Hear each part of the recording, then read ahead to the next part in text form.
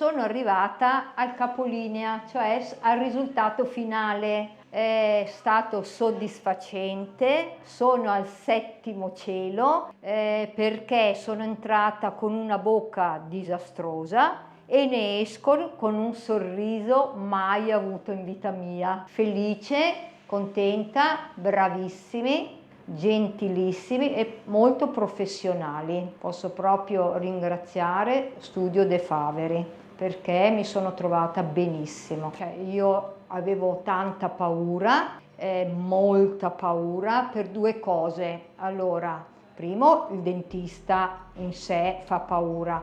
E poi io avevo un problema, io ogni volta che andavo dal dentista perdevo molto sangue, era quasi un'emorragia, io dovevo andare sempre pronto soccorso, perciò era maggiore il terrore che avevo. Spiegato il caso al dottor De Faveri, ho detto appunto la mia paura e lui mi ha subito tranquillizzato, mi ha detto signora non ci saranno problemi, io continuavo a dire ma ne è sicuro dottore, ma ne è sicuro? Lui mi ha tranquillizzato dall'inizio alla fine, io non ho avuto nessun problema, ho avuto anche una grossa lavoro perché il sopra è stato fatto tutto, perciò ho dovuto togliere i denti, perciò voleva dire anche emorragie, invece non ho avuto nessunissimo problema e un sorriso strabiliante perché sì, era quello che, anzi, molto di più di quello che mi aspettavo.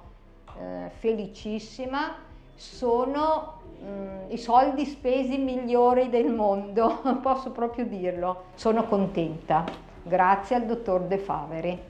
Consiglio benissimo anche chi ha paura di stare tranquilli perché si è nelle buone mani. L'ho consigliato a una mia amica perché sono stata contentissima io e sono sicura che anche lei sarà contenta.